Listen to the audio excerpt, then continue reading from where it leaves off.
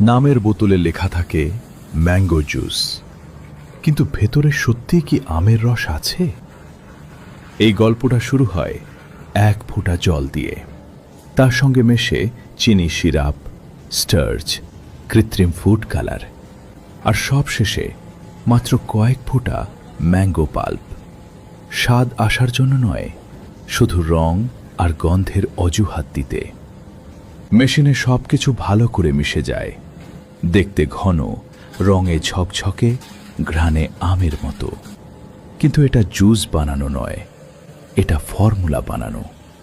পাশেই অন্য মেশিনে প্লাস্টিক গরম করে তৈরি হচ্ছে বোতল। গরম প্লাস্টিকের গন্ধ তখনও বাতাসে।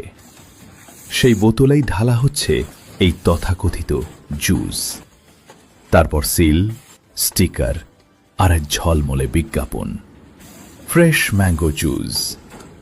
হ্যাঁ, ধরেই নিন, সবকিছু প্রপার হাইজিন মেনেই করা হচ্ছে। হাত ধোয়া আছে, মেশিন পরিষ্কার, ফ্যাক্টরি ঝকঝকে।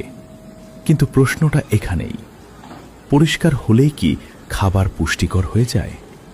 যেটাতে নেই ফাইবার, নেই প্রাকৃতিক ভিটামিনের শক্তি, নেই তাজা ফলের প্রাণ, সেটা শরীরকে কি দেবে? এটা তেষ্টা মেটায়, কিন্তু শরীর ভরায় না। এটা জীবকে খুশি করে, কিন্তু স্বাস্থ্যের সঙ্গে আপোস করে। আজ আমরা ফল খাচ্ছি না, ফলের অভিনয় খাচ্ছি। আমের রস নয়, আমের নাম খাচ্ছি।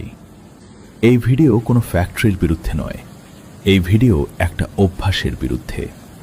বোতলের রং দেখে বিশ্বাস করার অভ্যাসের বিরুদ্ধে। পরের বার ম্যাঙ্গো জুস হাতে নিলে একবার ভাববেন, এটা কি সত্যি জুস, নাকি শুধু ভালো করে বানানো একটা মিথ্যে?